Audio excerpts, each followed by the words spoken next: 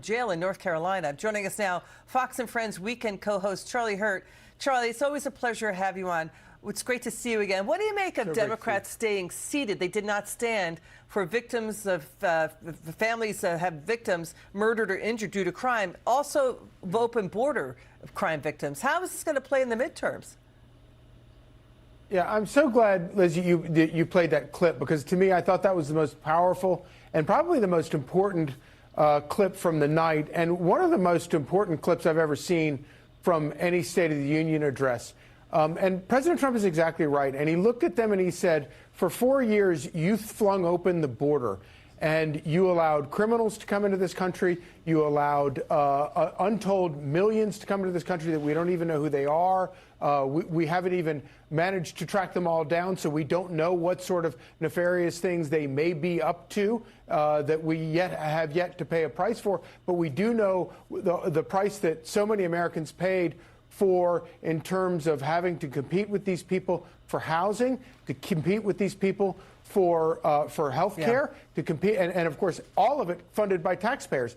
And so for him to sit there and actually call them out by name, point to them and say, this is your fault, and that decision to allow those borders to be open is totally disqualifying. You know, we can have differences of opinion about a lot of things, about how to do a lot of things. But one thing that is totally disqualifying is if you're a politician who believes that we should have open borders and you prioritize the interests of illegals over Americans. If you believe that, you do not belong anywhere in our politics. It's not even a matter of debate. And I thought it was so powerful that he called them out. And of course, as you point out, they couldn't stand for any of this stuff it violates their oath of office to open the borders. I mean, they're sworn an oath to protect America.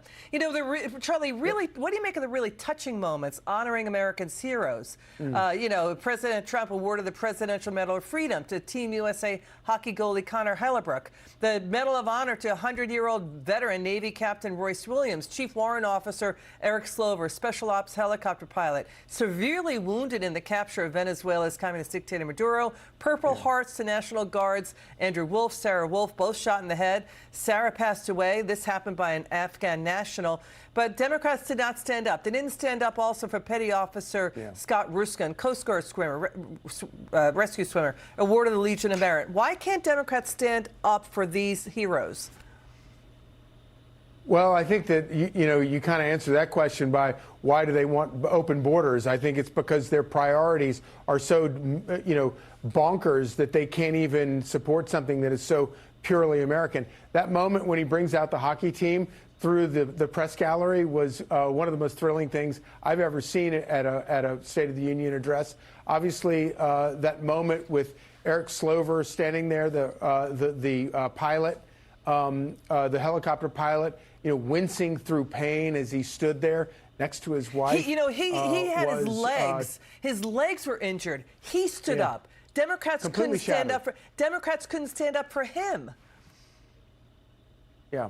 And, I think that a clue to all of it is if you sat through Abigail Spanberger, the governor of Virginia, who gave the response afterwards, you realize that Democrats' only agenda is that they hate Trump. And I kind of thought that maybe at some point they were going to advance beyond that and have an agenda. They don't have an agenda at all. Their agenda is we hate Trump. We hate Trump. Let's get your reaction to CNN's rapid poll of viewers. The majority reacted positively to the president's address. Watch this.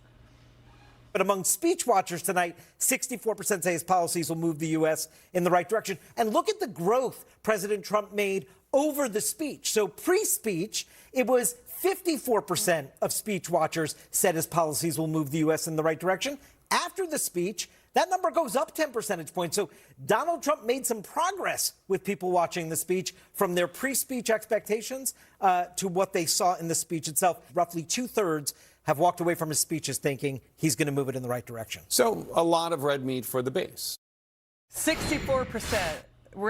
U.S. is in the right direction under Trump. The president got bipartisan applause from Democrats and Republicans. Both stood up when President Trump recognized Charlie Kirk and said we got to reject political violence of any kind, and gave a shout out to Erica Kirk. Your reaction? that was not red meat for Republicans. That was broadly supported by Americans, most importantly, independents. But it was a very disciplined speech. He talked about issues. He talked about everything that his administration has done to make things more affordable. And I think people responded because they understood what he was talking about. Charlie Hurt, you're wonderful. Thank you so very much, Charlie, for being with us. Great.